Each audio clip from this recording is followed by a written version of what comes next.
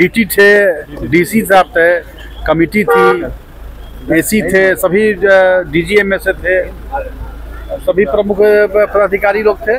देख रहे हैं कुसुम न्यूज, सच और ताज़ा खबरों के साथ सबसे पहले आपके पास।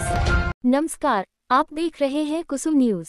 हाल ही में जिला प्रशासन की एक अहम बैठक हुई, जिसमें डी.सी कमेटी, ए.सी और सभी डी.जी.एम सहित अन्य वरिष्ठ प्राधिकारी मौजूद थे।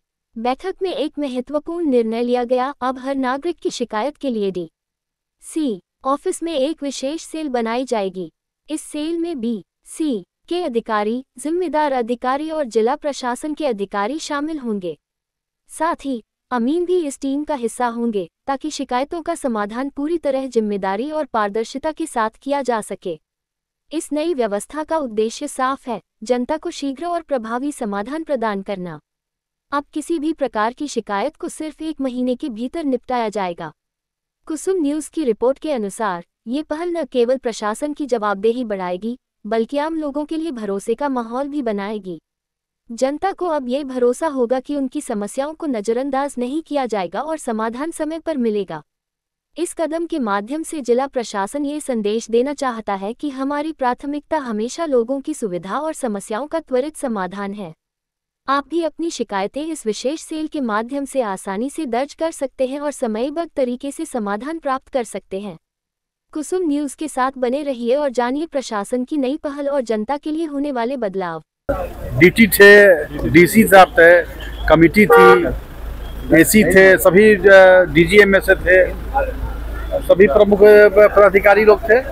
एक अच्छा निर्णय हुआ कि जो भी एक ग्रीवांसेस सेल बनेगा डीसी ऑफिस में, जिसमें बीसीसीएल के भी अधिकारी रहेंगे, रिस्पॉन्सिबल अधिकारी रहेंगे और जिला प्रशासन के भी रहेंगे, उसमें अमीन भी नियुक्त होगा। और इस प्रकार की जो भी समस्याएं हैं, उन समस्याओं का निपटारा एक महीने के अंदर अंदर कर देना होगा, जो भी वहां जाएगा। और ये जो समीर का जो ग्रीवांसेस सेल है, ये 1 सप्ताह से 10 दिन के अंदर ये बन जाएगा। अभी आप लोग स्थल का निरीक्षण करने जा रहे हैं? हाँ। आज सबसे पहले आप सभी लोगों को आप हर धनबाद क्षेत्र बीसीसीएल के मुद्दे पर इतना सागर जी के साथ चिंतित रहते हैं, इसके लिए आप सभी मीडिया के लोगों को बहुत बहुत धन्यवाद।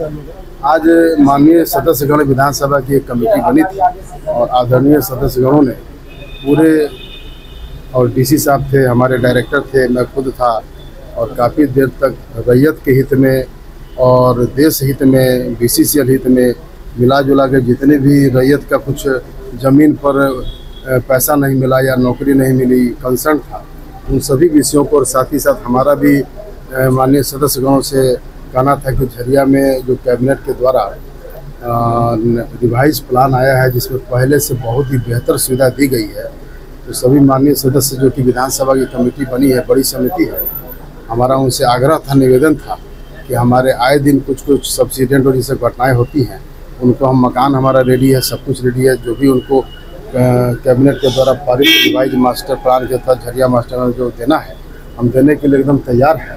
तो उनसे मैंने कुल मिलाकर के यह भी आग्रह किया कि वे थोड़ा सा सुरक्षित ढंग से और हंसी खुशी जो नए स्थान पर उनको जाना है, उस जाने की प्रक्रिया में हमारी मदद करें। और हम भी जितने भी उन्होंने पॉइंट दिए, हमारे स्टेट जीएम भी थे, डायरेक्टर भी थे, और भी एरिया जीएम से, सब मुद्दों को हमने नोट कर लिया है और समयबद्ध रूप से इसका रिजल्ट देखने को मिलेगा। एक चीज़ समझना चाहेंगे, जो जबरन जमीन कब्जा और ओबीडम के मामले आते, उसमें कितना सच्चाई है? देखिए, सच्चाई तो थोड़ा सा उचित पूरी जांच के बाद ही बोला जा सकता है, लेकिन मैं पूरी तरह से ना हाँ कर सकता हूँ ना कर सकता हूँ। जांच कराने के लिए हाँ, एक डीसी साहब के अध्यक्षता में एक सेल नया गठित किया जा रहा है, ग्रीवांस सेल, जिसमें कि सारे ग्रीवांसेस को नोट किया जाएगा और उसका हमारे भी सदस्य अधिकारी उस पर रहेंगे और उसको उस सेल के माध्यम से समय सीमा के अंदर दूर किया जाएगा। यह डीसी साहब का कदम आज हम लोग आए थे और उसका मुख्य उद्देश्य और मुख्य मुद्दा ये था कि जो बेतरतीब तरीके से खुली माइंस का से कोयला का उत्खनन हो रहा है, उससे बहुत सारी अनियमितताएं हैं, जिसके हम लोगों ने चर्चा समिति के समक्ष और माननीय उपायुक्त जब थे उनके समक्ष भी रखी है।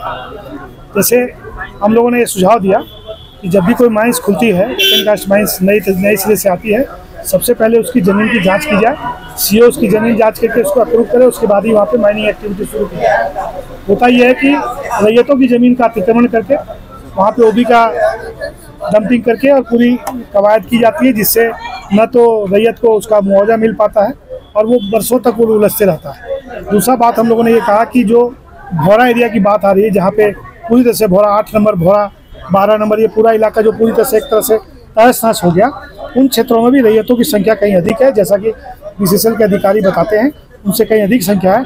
होता यह है कि 1925 से 1972 के माइंस एक्ट 1925 में आया था। 1925 से 1972 के बीच में जिन जमीनों का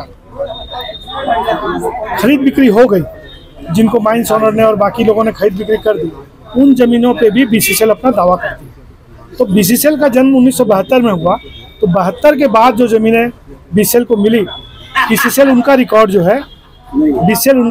है वो लोगों के सामने प्रस्तुत करे, बताए कि ये उनकी ज़मीनें हैं।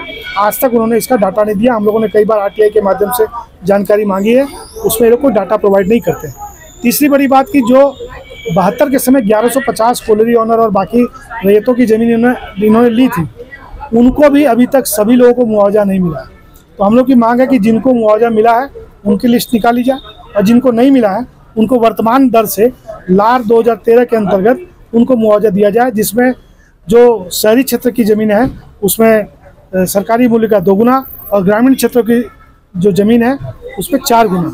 अभी जो 81 साइट का जो सर्वे आया, अभी जो नई झरिया रिवाइज मास्टर प्लान आया, हम लोग लगातार जिन बातों को लिख रहे थे, पहली बार लार 2013 को इंक्लूड किया गया है और उसमें स्पेसिफिकली लिखा गया है कि लार 2013 एक प्रैक्टिकल पॉलिसी है जिसको इम्प्लीमेंट किया जाना चाहिए।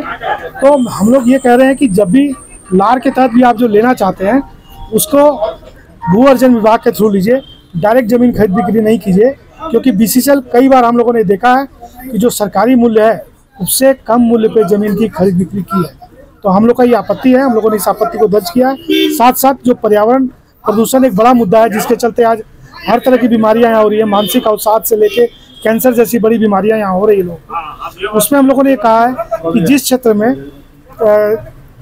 प्रदूषण का स्तर बिगड़ता है, जहाँ पे इलीगल प्रोसेस चालू है माइनिंग करने के लिए, उन क्षेत्रों में जो इन्वायरमेंट अफसर उस क्षेत्र का हो उस पर डायरेक्ट एफआईआर करने का नियम है पोल्यूशन विभाग की तरफ से।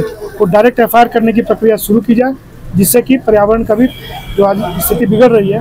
एक बात और हम लोगों ने कही कि जिन क्षेत्रों में ओबी के पहाड़ खड़े हैं, उन ओबी के पहाड़ों को जब आप माइन क्लोज कर चुके हैं, वहाँ पानी भर चुका है, फर्दर आप माइंस कर नहीं सकते हैं, अंडरग्राउंड की ओर ही जाना होगा, तो वहाँ ओबी पहाड़ को समतल करिए और जो उस क्षेत्र के लोग हैं आसपास के, उनको वहीं पे बचाइए। इन बातों की तरफ से क्या कुछ आश्वासन मिला है? इन्होंने कहा है कि हम आपकी इन बातों को समिति के अंतर्गत रख देंगे। उपायुक्त महोदय ने कहा है कि मुझे और सारी बातों को बताइए। हम लोगों ने कुछ जगह का उल्लेख किया जिसमें भौरा और रजवार बस्ती वगैरह का उल्लेख किया, जिसमें रैयतों को न तो मुआवजा मिला न वो रैयत रह गए। कई जगह तो ऐसा हुआ कि रैयत जो है गैर रैयत बन के एक छोटे से क्वार्टर में शिफ्ट होना पड़ा, क्योंकि उनके पास उनको ये रैयत मानने के लिए तैयार नहीं है, जबकि उनको कितने लोग वंचित हैं ऐसे? देखिए, वंचितों की संख्या बहुत बड़ी है, क्योंकि आप जब जानते हैं कि अब तक टोटल जो सर्वे हुआ 1,04,000 परिवार का हुआ है, जिसमें लगभग 34,000 परिवार जो है वो रैयत है। हम लोग के हिसाब से ये आंकड़ा बहुत बड़ा है, क्योंकि लगभग 10 लाख की आबादी है, तो 2 लाख से अधिक परिवार होने चाहिए। तो वो जो आंकड़ा सर्वे हुआ वो गलत हुआ है।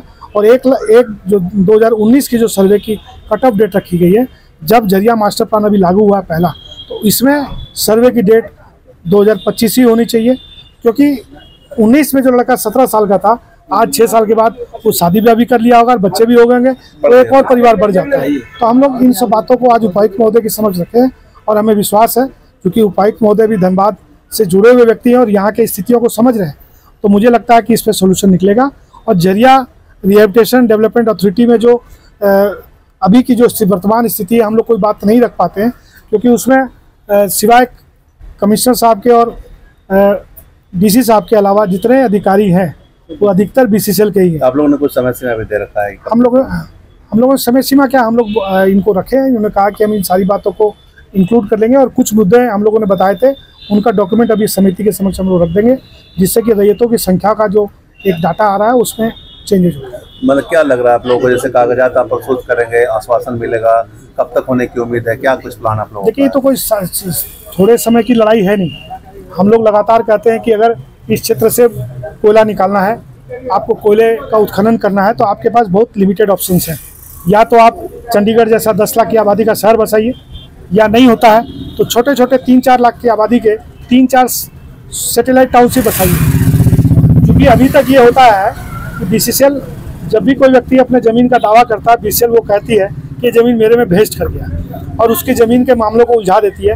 वो एक साधारण रैयत व्यक्ति कितना तक केस लड़ेगा? सुप्रीम कोर्ट तक लोग केस लड़ लेते हैं और उनके पास उतना साधारण और आधार नहीं है। हम लोगों ने न्यायिक आयोग की मांग भी भारत सरकार से की है कि इस क्षेत्र के जो विवाद हैं उनको सुलझाने के लिए न्यायिक आयोग का गठन किया जाए। आपको जानकारी हो कि लगभग 30,000 के आसपास मुकदमे यहाँ चल रहे हैं जमीन संबंधी, उनका निपटारा किए जाने के लिए एक अच्छी पहल हुई है जो प्रशासन की तरफ से कि एक सेल बनाया जा रहा है, अगले 10 दिनों में बन जाएगा। ये थी आज की बड़ी खबर। देखते रहिए कुसुम न्यूज़। वीडियो को लाइक करें, शेयर करें और चैनल को सब्सक्राइब करना न भूलें। कुसुम न्यूज़, आपकी आवाज़, आपकी पहचान।